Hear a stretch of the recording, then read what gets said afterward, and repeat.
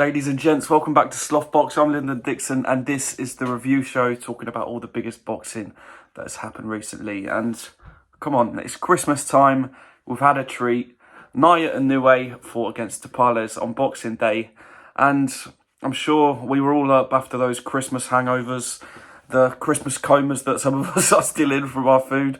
And yeah, what a guy Naoya Inoue is. I mean, he becomes the second person of all time to go undisputed in two weight divisions in the four belt era. I mean, it was classic Inoue. He stopped him in the 10th round with a right hand that, from the replays and things I've seen, seemed to go like through the guard, but it's just the power was so devastating.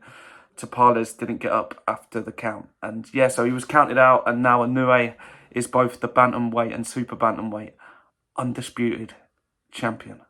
Wow, what a sentence that is to say. I mean, and now the questions are asking, I mean, it's nearly the end of the year, literally. We're a few days away from 2024. And the question is, who had a better year? Was it Crawford or was it Inoue? Yeah, Crawford fought once, but in the biggest fight we've seen probably for the past 4 years, 5 years.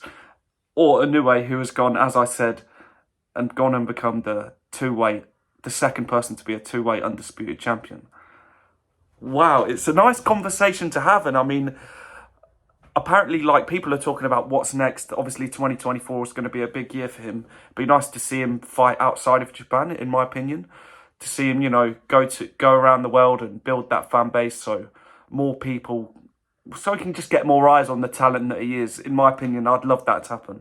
But apparently, he's in negotiations for a defense of those super bantamweight titles already with Luis Nery. For me, that just, it goes the same way any other Inoue fight has gone so far, and he just ends him in the distance.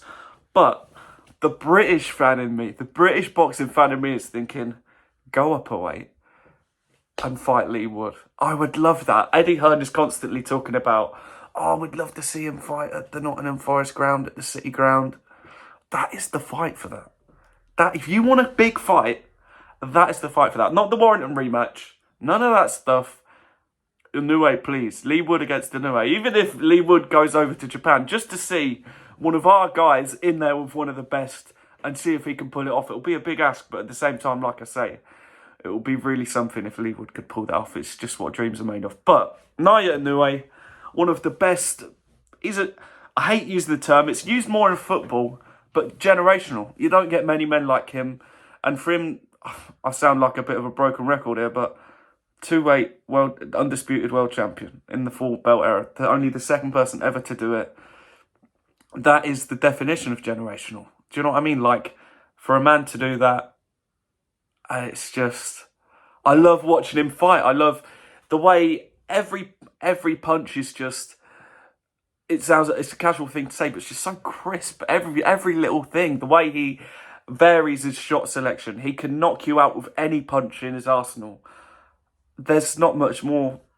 I can't think of many more exciting fighters to watch, especially at that weight. You think of exciting knockout artists. You don't think of these little men. You think of heavyweights, middleweights, cruisers, light heavies, whoever you want. But this guy's doing it at bantamweight.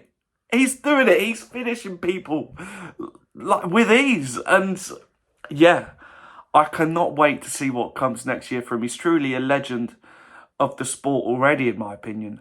And especially, well, the Japanese side of the sport, he's probably the best thing to come from Japan, in my opinion. I'm sure you can let me know what you think to that. But yeah, what a lovely day Boxing Day has turned out to be. We got to witness one of the greats put on an amazing performance against Tapales for the undisputed super bantamweight titles. Let me know in the comments down below, what did you think?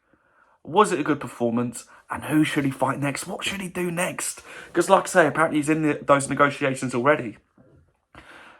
What should he do? Let me know. I've been Lyndon Dixon. This has been the review show where we talk about the biggest, the best boxing that's happened. And yeah, what a year it's been. Lovely way to close it out. Take it easy, and we will see you on the next one.